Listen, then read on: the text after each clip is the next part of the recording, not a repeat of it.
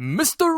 Investor, welcome back to the channel, baby. Bingo stock price is dropping. Just like the usual day-to-day fluctuations, we had a nice little pop and then it's back down, baby. But let me show you some good news, because all I see is good news coming out. But before we begin, please hit the like, hit the subscribe button, drop me some comments down below and your thoughts as well. And if you're able to support the channel, it means the world to me. Please click the join button. It's only 99 cents a month. You can choose any tier and I really appreciate you guys. Please always remember, none of this is financial advice, for entertainment only.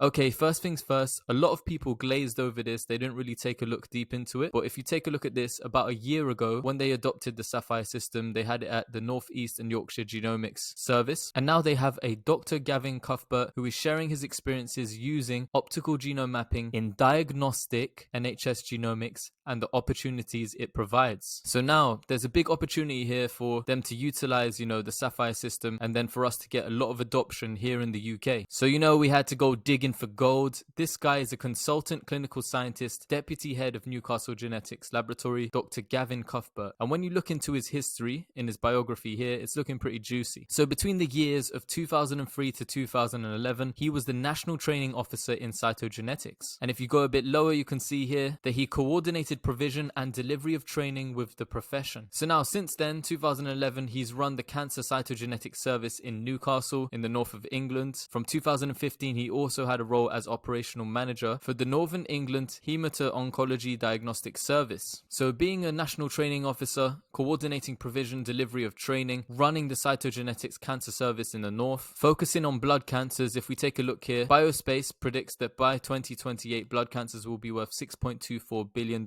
The testing market here continues to grow. So we're waiting to see this guy's presentation, and if we can see what he's discovered using optical genome mapping and his beliefs in terms of, adoption and in terms of a cytogenetic revolution, if he believes that it could be used in clinical care and routine care, if it has the opportunity there. The 7 of these genomic hubs in the UK, each have adopted Illumina sequencing system. They're also training up a lot of nurses and midwives in genomics at the moment. And take a look at this tweet from October 10th. We're embedding genomics into routine clinical care for faster and more accurate diagnosis, personalized treatment and prevention. And they stated that during the Genomic Summit, they're going to be talking about using optical genome mapping techniques. So a big opportunity here for massive adoption by the NHS. Now let's take a look here in Deutschland, in Cologne. This is in Germany. You can see here optical genome mapping by Bionano Genomics. They're having a presentation, a user group meeting on the 24th of November. This is near Cologne. Over in Australia, a Professor Gina Ravenscroft has recently run on October the 27th, 2022, the Matrix. You can see here they've run their first prospective FSHD samples on Bionano Genomics Sapphire system. I also wanted to take a deeper look and just see who believes in the kind of innovative technology, and I believe that this kind of collaboration between Bionano Genomics laboratories utilizing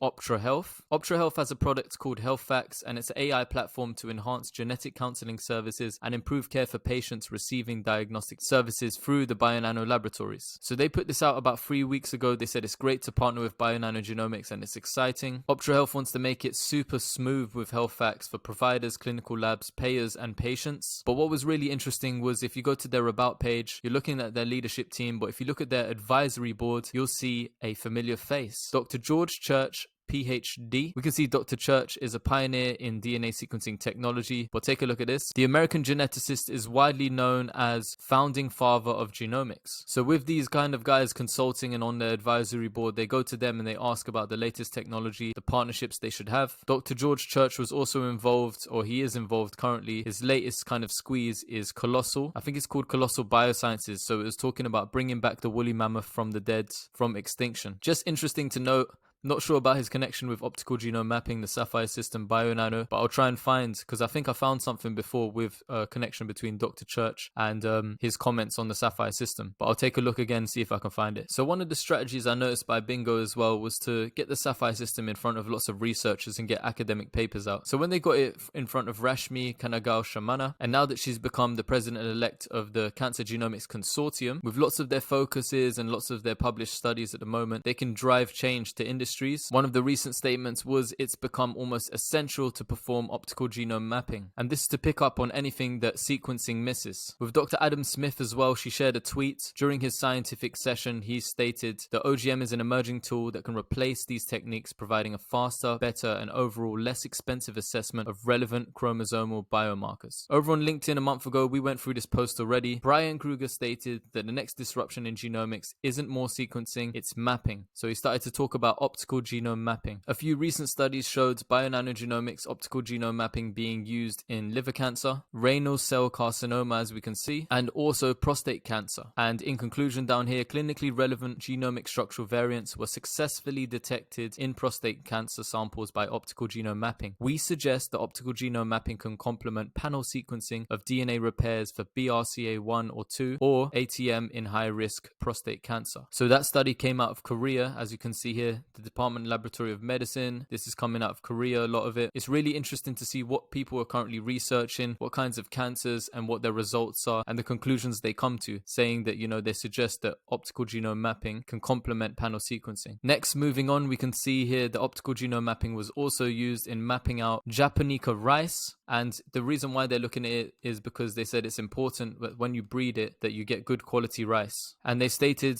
when you want to generate a satisfactory genome assembly, it requires the use of additional technologies such as bionanogenomics, optical mapping, and high-C sequencing. Now, this is really juicy. There's a Twitter page called Lions Talk Science, but it's run by this Madam Laura Berdulin. Over at Penn State University, she is the graduate assistant. You can see here, if we zoom in, that is Laura Berdulin.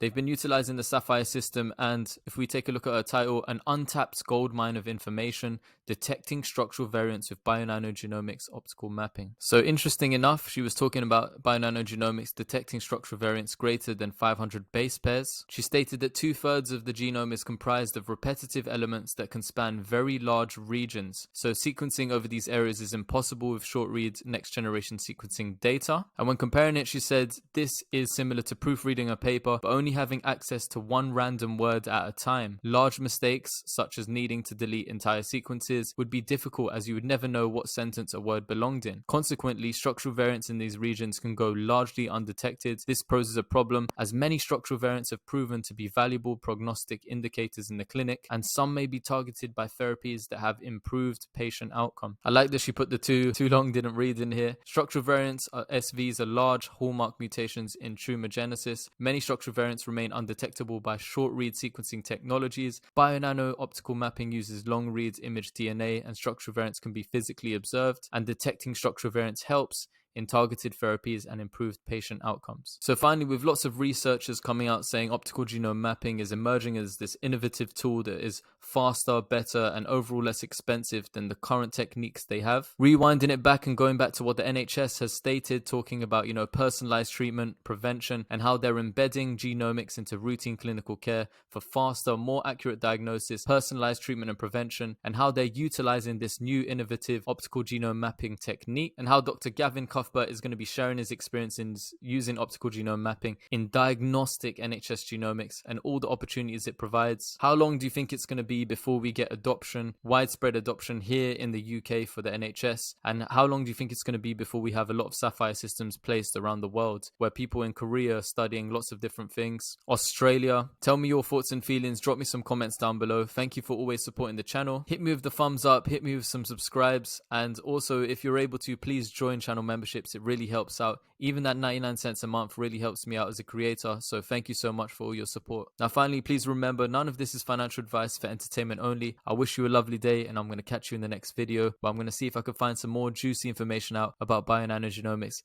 and what's going on around the world with optical genome mapping. Mr. Investor Lot, over and out, baby.